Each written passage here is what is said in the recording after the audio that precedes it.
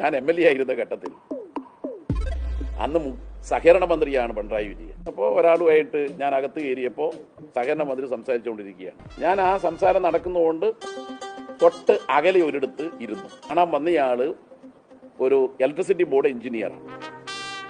അദ്ദേഹത്തിൻ്റെ ട്രാൻസ്ഫറിൻ്റെ കാര്യമാണ് സംസാരിക്കുന്നത്. അപ്പോൾ മന്ത്രിയോട് സംസാരിച്ചു, എല്ലാം മന്ത്രി മൂടി കേട്ടു.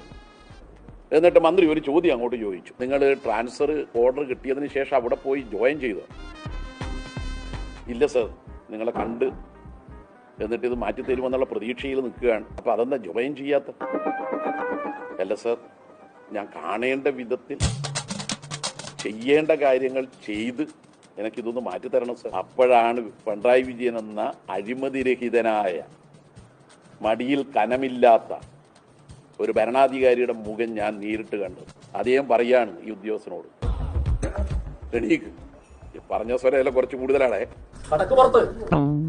എണീക്ക്, താനെന്തട മന്ത്രിയെ വിലക്ക് വാങ്ങാൻ വന്നത്? ഈ രണ്ട് കൈയും കൂട്ടി ഇങ്ങനെ ഇടിക്കുകയാണ്. അതിനപ്പുറം ഞാൻ പറയുന്നില്ല. എന്നെ നേരെ ഇങ്ങനെ പിടിച്ചു, അയ്യോ വിജയ ഒന്നും ചെയ്യല്ലേ എന്ന് പറഞ്ഞു. ഇതിഹാസം പിണറായി സഖാവ് രാജ, ഇതിഹാസം